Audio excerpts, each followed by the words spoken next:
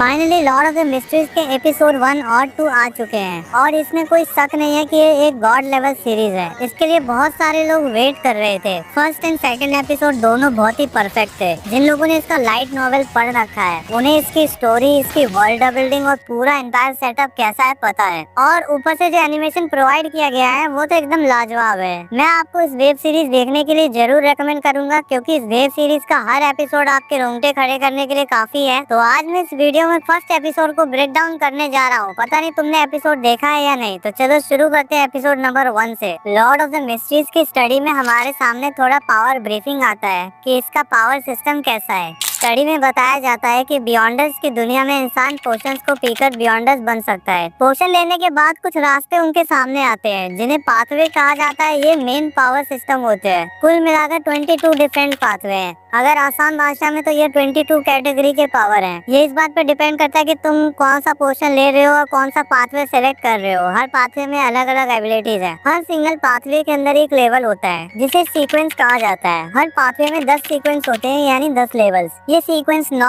8, 7, 6 करके 0 तक जाते हैं। नॉर्मली हमको पता है कि लेवल जितना ऊपर जाएगा पावर उतनी ही ज्यादा आएगी, लेकिन लॉर्ड ऑफ द मिस्ट्रीज में सीक्वेंस नंबर जितना कम रहेगा उस बियॉन्डर की एबिलिटी उतनी ही स्ट्रॉन्ग होगी। हर पाथवे में बेसिक सीक्वेंस होता है सीक्वेंस 9 और फिर 8, 7, 6, 5, 4, 3, 2, 1, 0 तक आगे बढ़ता है। जितना नीचा सीक्वेंस नंबर होता है बियॉन्डर्स की एबिलिटी उतनी ही ज्यादा होती है। और आगे इस दुनिया में अगर कोई पावरफुल सीक्वेंस यानी 0 तक पहुंच जाता है तो उसे गॉड की पावर भी मिल सकती है। ये पूरा पाथवे और सीक्वेंस सिस्टम मिलकर पाथ ऑफ द डिवाइन कहलाता है। अब तक का ब्रीफिंग पावर सिस्टम तुम लोगों को समझ में आ चुका होगा, बाकी इसका इतिहास बहुत लंबा है, फ्यूचर में बात करेंगे। अब एपिसोड की शुरुआत में हम देखते हैं कि ये 9 सितंबर 1349 का मोमेंट है और इस एज को आयन एज कहा जाता है। स्टार्टिंग में हम एक मॉन्स्टर जैसा क्रिएचर देखते हैं। एक बंदा उससे लड़ता है एंड मॉन्स्टर उसे मार देता है, जिसकी वजह से वो बंदा भी अब नीचे गिर जाता है और अब उसका काफी खून निकलने लगता है। इसके बाद हम लोग देखते हैं कि वो काफी बड़ा मॉन्स्टर ब्लास्ट हो जाता है, जिसकी वजह से वहाँ एक काफी बड़ा धमाका होता है जिसमें सारी चीजें तबाह हो जाती हैं। इसके बाद अगले सीन में हम एक प्लेन को देखते हैं जिसमें से एक बंदा निकलकर नीचे गिर जाता है और गिरते टाइम वो अचानक गायब हो जाता है और एक रूम में ट्रांसमाइग्रेट हो जाता है। वो बंदा अब उठता है और सोचने लगता है कि आखिर मैं कहाँ हूँ, कहीं मैं कोई सपना तो नहीं देख रहा हूँ। तभी अचानक उसे अपने सामने एक गन, एक बुक और ब्लड दिखाई देता है और अब वो नोटिस करता है कि उसके सर में जो चोट थी वो अब हील हो रही है। ये देखकर वो सोचता है कि क्या मैं मर चुका हूँ, पर आखिर मरा कैसे। तभी अचानक उसे कुछ मेमोरीज याद आने लगती हैं, पर तभी पीछे से एक आवाज आती है जो कहती है क्लेन। ये सुनकर क्लेन पीछे मुड़ता है और पूछता है क्लेन कौन है, तो पर पीछे कोई होता ही नहीं है। इसके बाद क्लाइन अपने चेहरे को शीशे में देखता है और वो अपने आप को पहचान नहीं पा रहा होता है। उसे एहसास होता है कि वो रीइंकार्नेट हो चुका है, यानी वो एक दूसरे इंसान के शरीर में आ गया है। अगले सीन में हम कुछ डिटेक्टिव्स को देखते हैं जो अब एक घर में आते हैं और देखते हैं कि 2 लोग मरे हुए थे जिनका नाम होता है वेल्च और नाया, और ये दोनों यूनिवर्सिटी से ग्रेजुएट हुए हैं। डिटेक्टिव इस सीन को देखकर सोचते हैं कि इन लोगों ने सुसाइड किया है। वे लोग ये भी कहते हैं कि शायद ब्लैक डिविनेशन परफॉर्म किया गया है या फिर बियॉन्डर को सैक्रिफाइस किया गया है, जिसकी वजह से एक इविल फोर्स अवेकन हो गई। मरे हुए लोगों के साथ उन्हें क्लेन की भी एक फोटो मिलती है। ये देखकर वो लोग कहते हैं कि ये क्लाइन मोरेटी है और जो लोग मरे हैं वे क्लाइन के क्लासमेट्स थे। क्लाइन के पेरेंट्स भी मर चुके हैं, इसलिए वो अपने सिबलिंग्स के साथ रहता है। इसके बाद क्लाइन हमें अपने बारे में बता रहा होता है। वो कहता है कि मैं तिंगन सिटी का एक सिटीजन हूँ, वो भी उवा काउंट का, जो नॉर्दर्न कॉन्टिनेंट के लोन किंगडम में पड़ता है। वह कहता है कि क्लाइन हाल ही में ग्रेजुएट हुआ है और उसने फेकर और हर्मेस यूनिवर्सिटी से सीखा है। इसके बाद क्लाइन अपनी डायरी देखता है जिसमें लिखा होता है कि मई 29 को वेल्च उसे देखने आया था और कह रहा था कि उसे एक एंशिएंट नोटबुक मिली है। डायरी में 20 जून को लिखा होता है कि उन्होंने उस नोटबुक के पहले पेज को सॉल्व कर लिया। उन्हें पता चला कि ये नोटबुक 4th इपोक की है और इसका राइटर एंटिगोनस फैमिली से था। डिटेक्टिव्स को भी अब एंटिगोनस फैमिली के बारे में पता चलता है। क्लाइन डायरी पढ़ना जारी रखता है जिसमें वो 21, 22 और 25 जून की एंट्री पढ़ता है, जिसमें एंटिगोनस, ब्लैक एम्परर, टूडर किंगडम और हॉर्नाइसिस माउंटेन रेंज का जिक्र होता है। क्लाइन डायरी में लिखता है क्या ये सारी अजीब चीजें सच में। फिर डायरी में 28 जून की एंट्री होती है। ये देखकर क्लाइन सोचता है कि 27 जून की कोई एंट्री क्यों नहीं है। तभी उसे एक पेज मिलता है जिस पर लिखा होता है सभी लोग मर जाएंगे जाएंगे और मैं भी। यह पढ़कर वो सोचने लगता है कि आखिर क्लाइंट ने ऐसा क्यों लिखा। तभी एक लड़की उसे ढूंढते हुए आती है और वो जल्दी से डायरी छुपा देता है और जो खून लगा था उसे भी साफ करने लगता है। वह लड़की गेट खोल कर आती है और क्लाइंट नोटिस करता है कि उसने गन तो छुपाया ही नहीं है। वह जल्दी से जाकर गन को ड्रॉअर में रख देता है। यह लड़की मेलिसा है, क्लाइंट की छोटी बहन जो ब्लैकथॉर्न यूनिवर्सिटी की स्टूडेंट है। वह क्लाइंट से कहती है कि क्या तुम रात में फिर से पढ़ाई कर रहे थे। वह पूछती है कि तुम क्या कर रहे हो। क्लाइंट कहता है अभी उठाऊं और सफाई कर रहा हूँ। क्लाइंट गन को छुपाते वक्त हल्की सी आवाज हो जाती है जो मेलिसा सुन लेती है और पूछती है कि ये आवाज क्या थी। क्लाइंट कहता है कि मेरी घड़ी टूट गई है। मेलिसा उसकी घड़ी ठीक कर देती है और वहाँ से जाने लगती है। क्लाइंट सोचता है कि मेलिसा कितनी अच्छी है, अपने बेवकूफ भाई की इतनी केयर करती है। वो फिर से शीशे में देखता है और नोटिस करता है कि उसकी सिर की चोट हील हो चुकी है। वो कहता है कि क्या ये रिइंकार्नेशन का फायदा है। हमारा मेन कैरेक्टर सोचता है कि क्लाइंट ने खुद को क्यों मारा।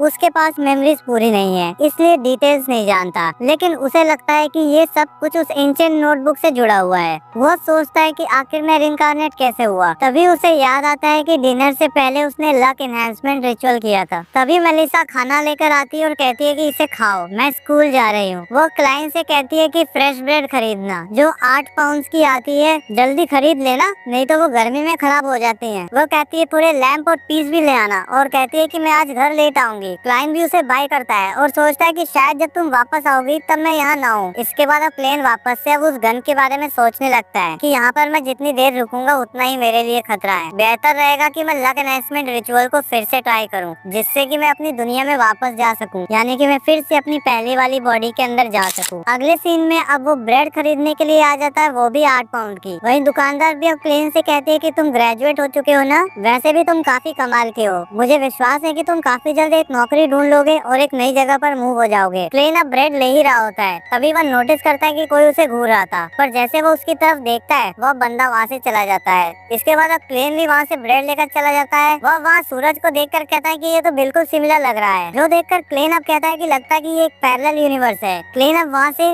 आने वाला होता है पर अब वो देखता है कि वहाँ पर लोग तो कार्स वाला गेम खेल रहे थे, जो देखकर क्लेन कहता है कि ये लोग तो लैंडलॉर्ड गेम खेल रहे हैं, इनके पास भी ये गेम है क्या, यानी कि इस दुनिया के अंदर भी।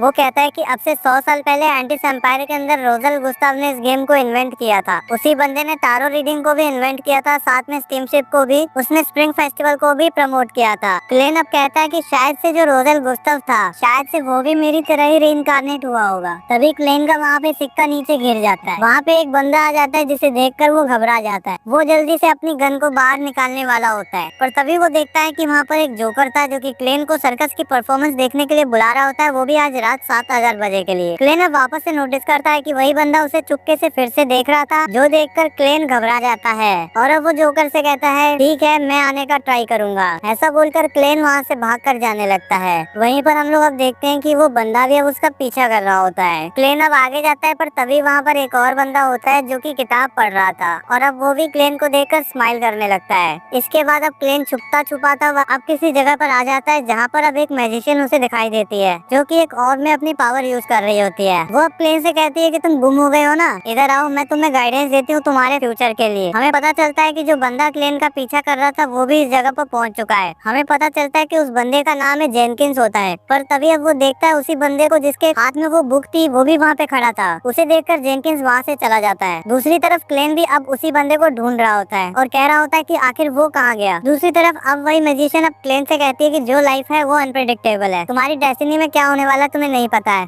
पर ये टैरो कार्ड तुम्हारी मदद करेंगे मिस्ट्रीज में झांकने के लिए और पता लगाने के लिए। क्लेन भी अब टैरो रीडिंग के बारे में सुनकर कहता है कि ये तो अर्थ पर हुआ करती थी। तभी वो लेडी अब क्लेन से कहती है कि तुम मेरे पहले कस्टमर हो तो आओ तुम्हारी टैरो रीडिंग मैं फ्री में करूंगी। क्लेन भी अब नीचे बैठ जाता है। वो अब उसे कहता है कि 1 सेकंड रुको, जो तुम इंटरप्रेट करोगी कार्ड्स को क्या वो भी फ्री है। ये सुनकर वो लड़की फंस जाती है और अब उसे हाँ बोलना पड़ता है। ये सुनकर क्लेन भी अब मन में हंसता है और अब वो कहता है कि जो भी फ्री चीज होती है वो ग्रेट प्राइस पर ही मिलती है। इसके बाद वो लेडी अब रीडिंग करना शुरू करती है। वो क्लेन से कहती है कि तुम क्या जानना चाहते हो, जिस पर वो कहता है कि मैं अपने पास प्रेजेंट और फ्यूचर के बारे में जानना चाहता हूँ। तो वो लेडी कहती है ठीक है तुम इन कार्ड को शफल करो और यही क्वेश्चंस को अपने दिमाग में पूछते रहो। तो क्लेन कहता है कि ठीक है मैंने ऐसा ऑलरेडी कर दिया है, आप शुरू करो। तो वो लेडी भी कहती है ठीक है। जिसके बाद वो 3 कार्ड्स को निकालती है। अब वो उसे कहती है कि ये कार्ड तुम्हारे पास्ट को रिप्रेजेंट करता है, ये वाला तुम्हारे प्रेजेंट को और ये वाला तुम्हारे फ्यूचर को, पर तुम पहले कौन सा कार्ड पढ़ना चाहते हो? तो क्लेन कहता है प्रेजेंट वाले को। तो वो लेडी अब उस कार्ड को फ्लिप करती है और हमें पता चलता है कि उस कार्ड के अंदर होता है द फूल। ये देखकर अब क्लेन भी कहता है कि ये तो कार्ड 0 होता है टैरो डेक का। ये कार्ड नई बिगिनिंग्स को रिप्रेजेंट करता है। तभी यहाँ वहाँ पे एक और लड़की आ जाती है। वो उसी मैजिशियन से कहती है कि तुम फिर से मेरी कॉपी क्यों कर रहे हो? ये ध्यान रखो कि तुम बस एक बीज टेमर हो। ये सुनकर क्लेन भी अब सोचता है कि जो लड़की मेरे को मेरे प्रेजेंट के बारे में बता रही थी वो मुझे पागल बना रही थी। वहीं वो लेडी अब उस जादूगरनी को वहाँ से जाने के लिए कह रही होती है। तभी वो जादूगरनी भी जाते हुए क्लेन से कह रही होती है कि जो मैंने रीडिंग करी है वो एक्यूरेट है। तभी हम लोग अब उसी बंदे को देखते हैं जिसके हाथ में किताब थी। वो अब क्लेन को ढूंढने के लिए अंदर आता है, पर वो देखता है कि क्लेन तो वहाँ पर होता ही नहीं है। हम लोग अब देखते हैं कि क्लेन तो वहाँ से जा चुका है। अगले सीन में हम लोग अब देखते हैं क्लेन को जो कि अपने घर पर वापस आ जाता है। वो वापस से लक अनाउंसमेंट रिचुअल को कर रहा होता है जिससे कि वो अपनी पहली वाली दुनिया में वापस जा सके। हम अब देखते हैं कि क्लेन रिचुअल को शुरू कर देता है जिसकी वजह से वहाँ पर जितने भी कागज होते हैं वो अब उड़ने लगते हैं, पर अभी भी कुछ होता ही नहीं है। जो देखकर क्लेन कहता है कि आखिर ये कैसे हो सकता है। तभी अचानक से क्लेन अब देखता है कि उसके सर में अब काफी दर्द होने लगा है और अब हम लोग देखते हैं कि उसके ऊपर एक रेड मार्किंग सी भी आने लगती है और क्लेन ने जितने भी वहाँ पर टेलिस्मैन बनाए थे वो भी अब वहाँ से गायब हो जाते हैं। दूसरी तरफ हम लोग अब वहाँ पे एक क्रिस्टल को टूटता हुआ देखते हैं जिसमें से अब एक काफी लाल रोशनी निकलने लगती है जो कि अब क्लेन के रूम में भी देखने को मिलती है। इसके बाद अब क्लेन को काफी दर्द होने लगता है और अब वो देखता है कि वो अब एक अलग ही जगह पे आ चुका है जहाँ पर अब एक रेड कलर की और ब्लू कलर की लाइट उसे घेरने लगती है। तभी उसे वहाँ पर एक लड़की दिखाई देती है जो कि कहती है मिरर ओ मिरर, होल फैमिली के नाम पर मैं तुम्हें अवेकन होने के लिए समन करती हूँ। तब बोलने के बाद वो अपनी पावर को यूज कर देती है जिसके बाद हमें अब और नए कैरेक्टर्स को दिखाया जाता है और अब वो जो कैरेक्टर्स होते हैं वो भी अपनी अपनी दुनिया से निकलकर अब उसी जगह पर आ जाते हैं जहाँ पर क्लेन था। वो लड़की अब क्लेन से पूछने लगती है कि आखिर हम लोग कहाँ पर हैं। उन लोगों को देखकर तो क्लेन भी हैरान हो जाता है। वो अब सोचने लगता है कि क्या इन दोनों को मैंने समन किया है। इसके बाद अब वो लड़की अब क्लेन से कहती है कि क्या इस डिवाइन रेन के तुम ओनर हो। ये सुनकर क्लेन कंफ्यूज हो जाता है। वो अब कहता है कि आखिरकार ये एक डिवाइन रेन कैसे हो सकता है क्योंकि यहाँ तो एक शाइन भी नहीं है। तभी अचानक से हम लोग अब देखते हैं कि वहाँ पे अब एक बिल्डिंग बनने लगती है जो देखकर क्लेन हैरान हो जाता है और कहता है कि कहीं ऐसा तो नहीं है कि मैं ग्रे फॉग को यूज कर सकता हूँ, वो भी एक गेम हैक की तरह। हम लोग अब देखते हैं कि क्लेन अपनी पावर का यूज करता है जिससे कि वहाँ पर अब कुछ चीजें आने लगती हैं। ये देखकर क्लेन को रियलाइज हो जाता है कि ये कुछ वही कर रहा है। तभी वो लड़का भी अब क्लेन से कहता है कि आखिर मैं कहाँ पर हूँ और तुम कौन हो। तो अब क्लेन सोचता है, वो कहता है कि मैं जो मिंग रुई हूँ या फिर मैं क्लेन हूँ। तभी हम लोग अब देखते हैं क्लेन अब जाकर सिंहासन पर बैठ जाता है और अब वो भारी आवाज में उनसे कहने लगता है कि तुम लोग मुझे। तभी हम लोग अब देखते हैं कि वहाँ पर अब और भी सीट्स बनने लगी है जिसके बाद अब वो उनसे कहता है कि तुम लोग मुझे बुला सकते हो द फूल। तो वो बंदा भी अब कहता है ठीक है मिस्टर फूल, ये बताओ कि आखिर तुम क्या चाहते हो। तो अब फूल कहता है कि ये एक अटेम्प्ट है। जो सुनकर वो लड़की कहती है कि क्या आपका अटेम्प्ट पूरा हो गया, क्या हम लोग अब यहाँ से जा सकते हैं। जिस पर फूल कहते हैं हाँ, अगर तुम मुझसे ऑफिशियली पूछो तो हाँ मैं तुम्हें घर भेज सकता हूँ। क्लेन अब सोचने लगता है कि ये जो लड़की है ये लड़की काफी ज्यादा इनोसेंट लग रही है, पर ये जो लड़का है ये काफी ज्यादा शांत और सावधान है, तो मुझे नहीं पता कि ये कैसा है। जिसके बाद अब वो लड़की भी अब कहने लगती है कि कितना अमेजिंग एक्सपीरियंस है, मुझे ऐसी ही मिस्ट्री चाहिए थी, सुपर नेचुरल मिरेकल्स। इसके बाद अब वो क्लेन से कहती है कि मुझे क्या करना चाहिए एक बियॉन्डर बनने के लिए। यह सुनकर क्लेन हैरान हो जाता है। वो सोचने लगता है कि आखिर ये बियॉन्डर क्या होता है। अब उस बंदे से कहता है कि इसका जवाब ये बंदा देगा। इसके बाद वो बंदा अब सोचने लगता है कि यहाँ जो ये लड़की है ये एक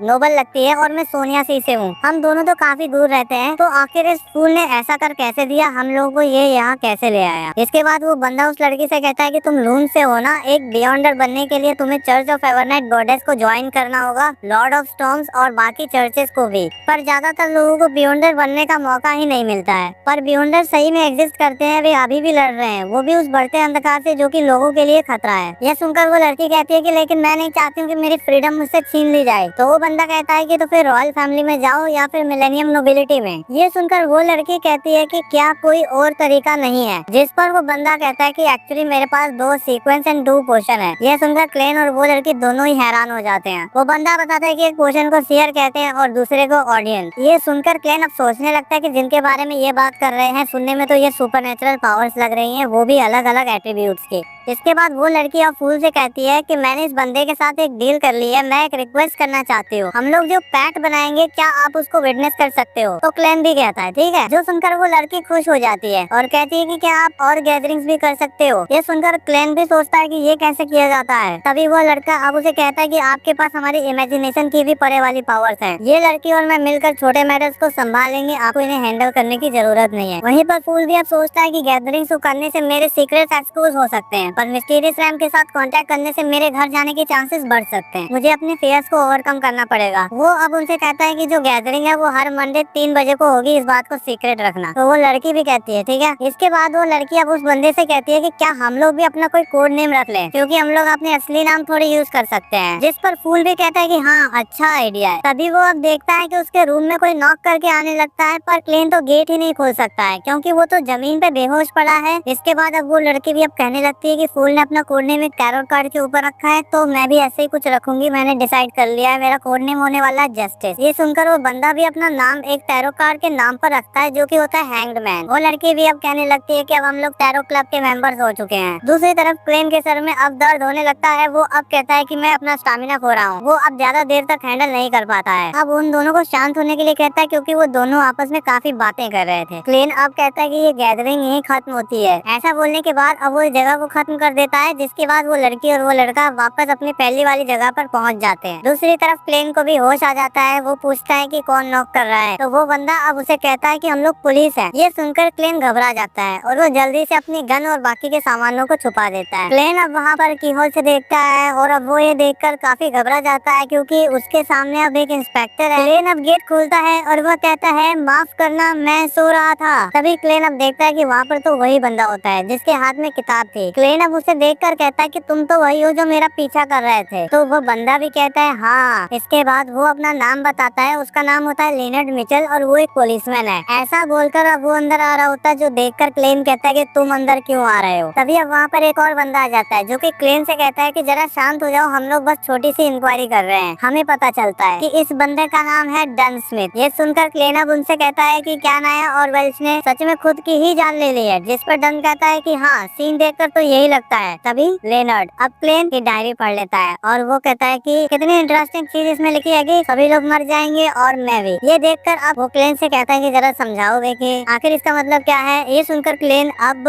घबरा जाता है। क्लेन अब कहता है कि मुझे नहीं पता कि ये क्या है, मुझे याद ही नहीं है। ये सुनकर डन कहता है कि कुछ एविडेंस हम लोगों को मिले हैं कि तुम उनके घर पर 27 को गए थे। तो क्लेन कहता है कि मुझे ये भी नहीं पता। मुझे पता है कि तुम लोग विश्वास नहीं करोगे, पर मैं अपनी ही डायरी को देखकर गैसेस करता हूँ। तो डन कहता है कि मिस्टर मैकगवर्नर के पास से एक गन मिसिंग है। मुझे विश्वास है कि हम लोगों को वो गन यहीं मिलेगी। ये सुनकर क्लेन घबरा जाता है और वो बता देता है कि उसने वो गन कहाँ छुपा रखी है। तो डन भी अब जाकर उस गन को लेने लगता है और अब वो क्लेन से पूछता है कि क्या कोई और बात है जो कि तुम हमें बताना चाहते हो। जिसपे क्लेन कहता है हाँ, कल रात मैं आधी रात में उठा और देखा कि मैं अपने आप को मारे नहीं पाया। उसके बाद मैं अपनी याददाश्त खोना शुरू कर गया। ये सुनकर डन कहता है कि तुम पागल हो। जिस पर क्लेन कहता है कि नहीं मैं सच बोल रहा हूँ। जिस पर डन कहता है कि इससे मैं कुछ बिलीव नहीं कर सकता हूँ, तुम्हें शायद वेरिफिकेशन पास करनी पड़ेगी जिससे कि ये पता चल सके कि तुम पागल हो या नहीं। तुम्हारी गुम हुई मेमोरीज को शायद से रिकवर कर पाएगी। लेनर्ड अब क्लेन से कहता है कि तुम काफी लकी हो, हम लोगों को काफी खुशी है कि तुम जिंदा हो, क्योंकि नॉर्मली जो लोग भी इन्वॉल्व होते हैं वो ज्यादातर मर जाते हैं। ऐसा बोलने के बाद वो लोग अब वहाँ से क्लेन को लेकर जाने लगते हैं, पर क्लेन अब वहीं पर रुक जाता है और सोचने लगता है कि अगर इन लोगों को पता चला कि मैं एक ट्रांस माइग्रेटर हूँ, यानी कि मेरी सोल किसी दूसरे बंदे की बॉडी के अंदर आ गई है। वो अब सोच ही रहा था। तभी वो देखा है कि एक लड़का एक बूढ़े आदमी से ब्रेड चुरा कर भाग रहा था, पर तभी डन उसे रोक लेता है। जिसके बाद वो बंदा भी वहाँ पे आ जाता है और वो उस बच्चे को उठा लेता है। इसके बाद बच्चा अपने आप को छुड़ाने की कोशिश करता है, पर गलती से वो बम्बू को पैर मार देता है, जिसकी वजह से बम्बू नीचे गिर जाता है और अब काफी तेज आवाज होती है। इस वजह से अब उन पुलिसमैन के जो घोड़ा गाड़ी के घोड़े होते हैं वह डर जाते हैं। इस वजह से उन पुलिसमैन का ध्यान भटक जाता है। इस मौके का फायदा उठाकर क्लेन वहाँ से भाग जाता है। वो भागते भागते अब एक गली में आ जाता है। वो अब वहाँ पे रुका ही होता है, तभी खिड़की खोलकर कोई वहाँ पर पानी फेंक देता है। पर तभी क्लेन अब नोटिस करता है कि जो पानी है वो रुक गया है, जो देखकर वो हैरान हो जाता है और कहता है कि टाइम और स्पेस तो फ्रोजन हो चुके हैं। वो देखता है कि वहाँ पर अब अजीब अजीब चीजें होने लगी हैं, जो देखकर वो घबरा जाता है और कहता है कि यहाँ पर एक बियॉन्डर है। क्लेन अब जिस साइड भी भागने की कोशिश कर रहा होता है उसके सामने वाला रास्ता बंद हो जाता है। वो घूम फिर कर अब एक घोड़ा गाड़ी के पास आ जाता है और वो घोड़ा चालक से कहता है कि मुझे पोर्ट की तरफ ले जाओ। तो वो भी अब उसे लेकर जाने लगती है। ये देखकर क्लेन अब काफी खुश हो जाता है कि कोई भी अब उसका पीछा नहीं कर रहा है।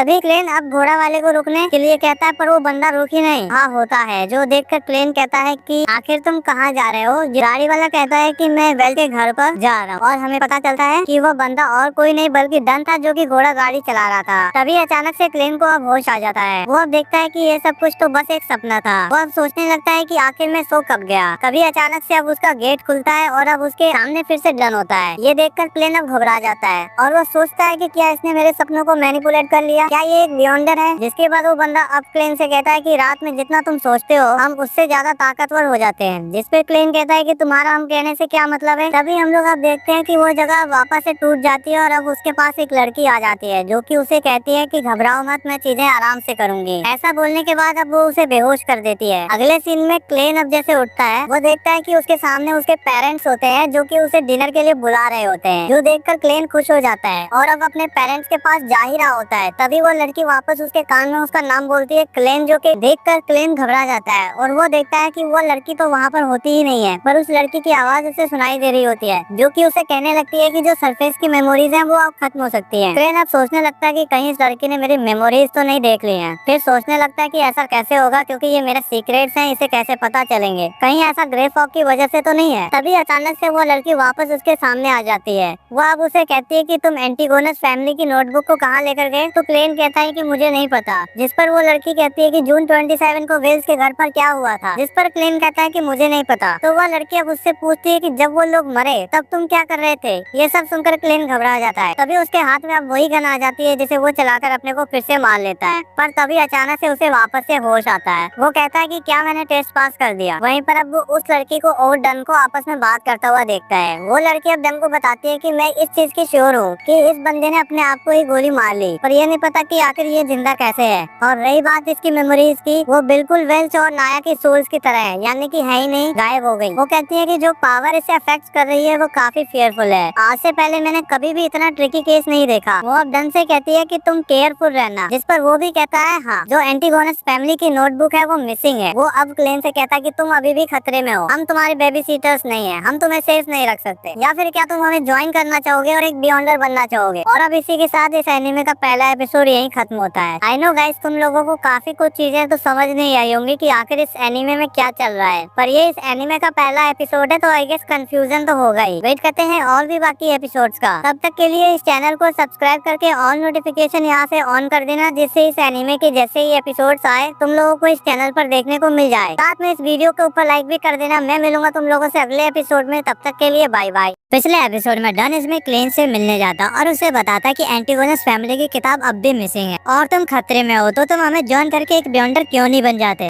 अब इस एपिसोड की स्टार्टिंग में हमें अगले दिन का सीन दिखाया जाता है, जहाँ क्लेन डन से मिलने जाता है। डन उसको एक एड्रेस देता है जो कि हार्ड पब का था। अब क्लेन सोचता है कि इसे नाइट हॉक्स को ज्वाइन कर देना चाहिए, ऐसा करने पर वो सेफ भी रहेगा और उसे इस जादू दुनिया के बारे में और भी चीजें पता चलेंगी। अब क्लेन हार्ड पब के अंदर आ जाता है और देखता है कि यहाँ तो पिंजरे में 2 कुत्तों को बंद किया हुआ है और लोग सट्टा लगा रहे हैं। क्लेन यहाँ पर राइट नाम के आदमी से मिलता है और उसे बताता है कि मुझे डन स्मिथ ने यहाँ का पता दिया था। यह सुनकर वो आदमी क्लेन को एक एलिवेटर में भेज देता है, जिससे क्लेन नाइट हॉक के ऑफिस में पहुँच जाता है। यहाँ फ्रंट डेस्क पर रोजन नाम की क्लर्क बैठी हुई थी, जिसे क्लेन बताता है कि उसे डन स्मिथ ने यहाँ बुलाया है। रोजन अब क्लेन को अपने साथ चलने के लिए बोलती है। रास्ते में क्लेन कुछ बियॉन्डर्स से भी मिलता है, जैसे लेनर्ड, रॉयल, फ्राई और कैनली। रोजन अब क्लेन को आगे से राइड जाने को बोलती है। वहीं डन का ऑफिस है। क्लेन पूछता है कि वो उसके साथ नहीं चलेगी क्या, तो रोजन कहती है कि उसे डन से डर लगता है, वो बहुत ही अच्छा और केयरिंग है, उसके फादर की तरह। क्लेन बोलता है कि अपने फादर से डरना कौन सी बड़ी बात है। खैर, क्लेन के सामने एक बड़ा दरवाजा आता है जिसका नाम चेनी गेट होता है। इसके बाजू वाले कमरे में डन स्मिथ बैठा हुआ था। डन अब क्लेन को ये पेपर साइन करने के लिए बोलता है, जिस पर लिखा था special operation department, our country, police 7th unit. Klein पूछता है कि मुझे लगा आप ब्लैक थॉर्न सिक्योरिटी कंपनी में काम करते हैं, जिस पर डन बताता है कि वो एक नकली नाम है। असल में ये लोग चर्च ऑफ अवेयरनेस गॉडेस के लिए काम करते हैं और जब भी कोई सुपर नेचुरल क्राइम होता है तो ये लोग ही उसे सॉल्व करने के लिए जाते हैं और इन्हें नाइट हॉक कहा जाता है। और अब से क्लेन भी उनमें से एक है। क्लेन बोलता है कि फिर मैं आपको कैप्टन कहकर बुलाऊंगा। डन अब क्लेन को चेतावनी भी देता है, क्योंकि एक बियॉन्डर बनने में बहुत खतरा होता है। वो क्लेन को एक कमरे में ले जाता है जहाँ ढेर सारे लोगों के नाम लिखे हुए थे।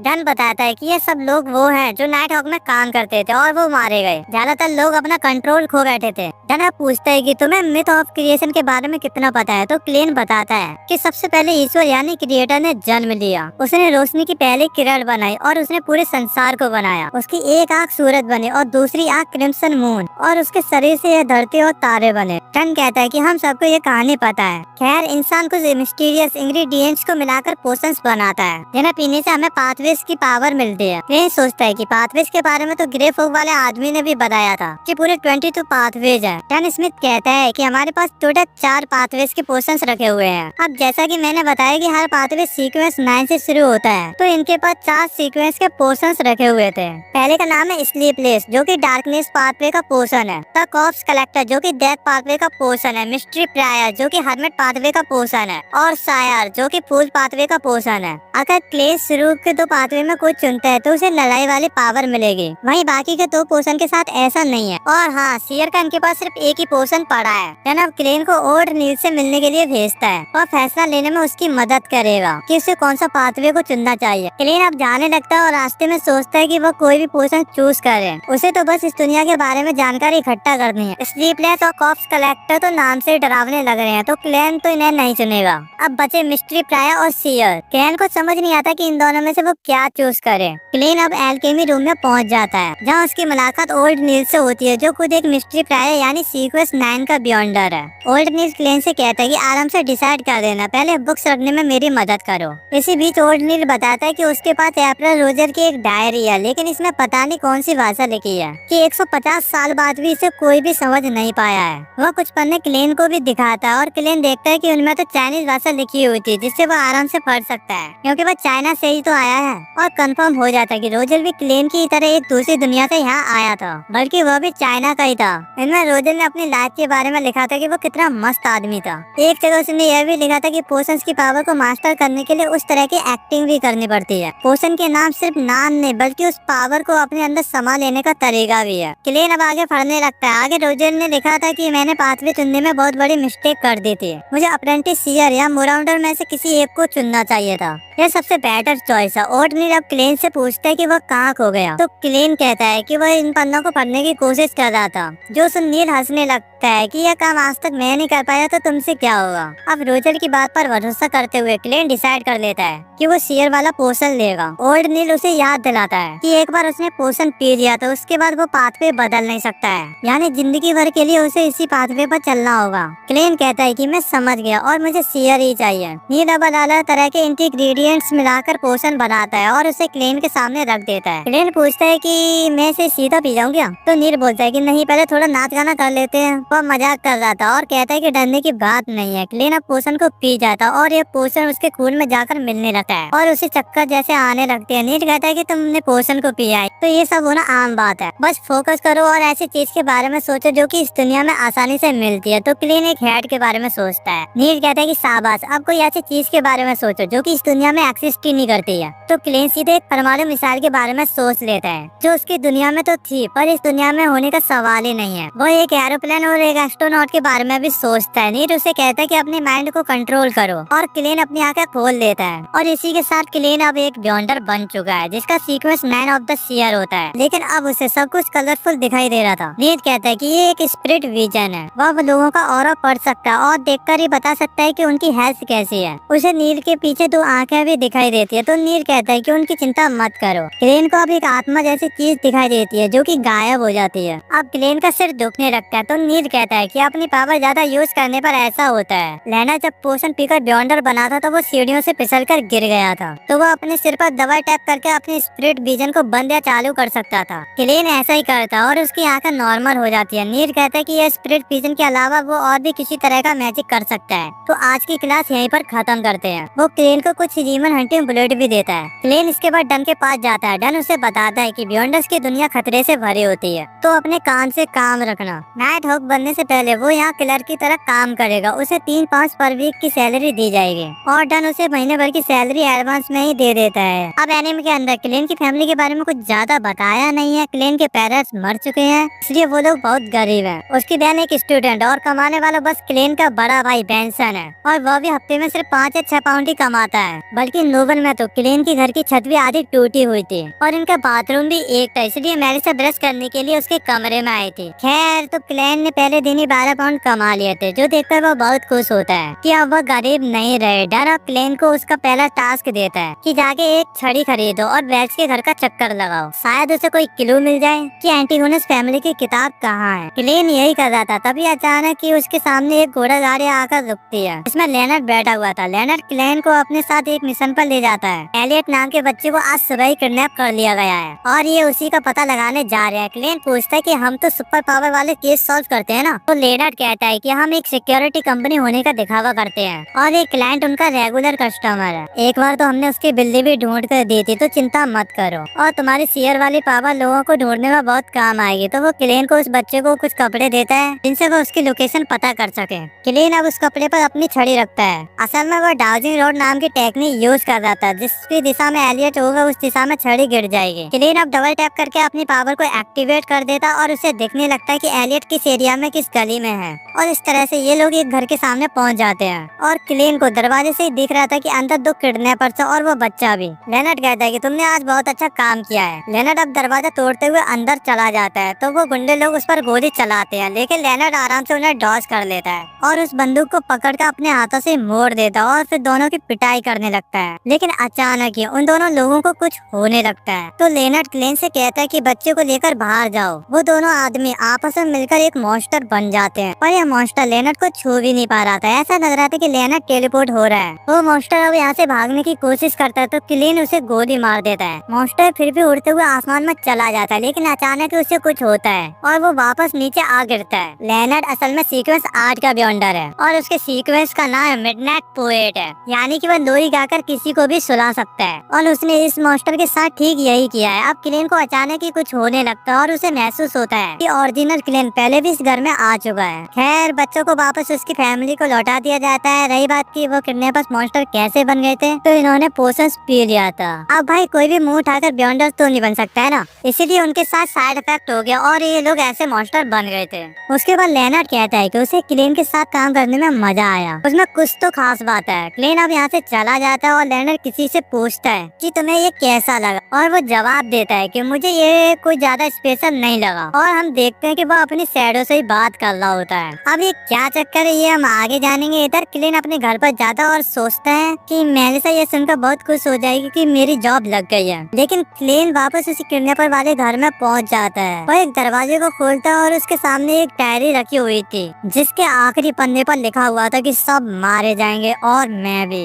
इसके बाद क्लेन के नीचे द फूल वाला कार्ड भी आ जाता है और हमें किसी की स्माइल भी देखने को मिलती है। इसके बाद क्लेन अपने कमरे में जाग जाता है। एक्चुअली में वो सपना देख रहा था और उसे पता चलता है कि किडनैपर वाले घर में एंटीगोनस फैमिली की नोटबुक का क्लू है। खैर इसके बाद हमें देखने को मिलता है कि क्लेन अपनी सैलरी से एक बहुत ही बढ़िया घर ले लिया है, जहाँ उनका बड़ा भाई बेंसन भी आ जाता है और यह तीनों आपसे यहीं रहने वाले हैं। यह देखकर बेंसन की आंखों में आंसू आ जाते हैं। क्लेन इनके लिए खाना भी बनाता है। बेंसन क्लेन के लिए गिफ्ट भी लाया था, जिसमें एक सूट होता है, क्योंकि क्लेन की अब जॉब लग गई है तो उसे यही पहनकर जाना चाहिए। क्लेन इन्हें सूट पहनकर दिखाता है। अब बेंसन उसके सर पर हाथ रखता है और एक पल के लिए क्लेन को अपने असली पेरेंट्स याद आ जाते हैं। फिर ये तीनों क्लेन की नई जॉब और उसके नए घर के लिए सेलिब्रेट करने लगते हैं। और इसी सीन के साथ हमारा ये एपिसोड यहीं पे खत्म हो जाता है। तो दोस्तों क्लेन एक बियॉन्डर बन गया है। अब क्लेन एंटीगोनस वाली किताब को ढूंढ पाएगा या नहीं, ये जानेंगे अगले एपिसोड में। अगर आप चाहते हैं कि मैं अगला एपिसोड जल्दी लेकर आऊँ तो कमेंट करिए बियॉन्डर। वीडियो अच्छा लगा हो तो इसे लाइक और शेयर कीजिए,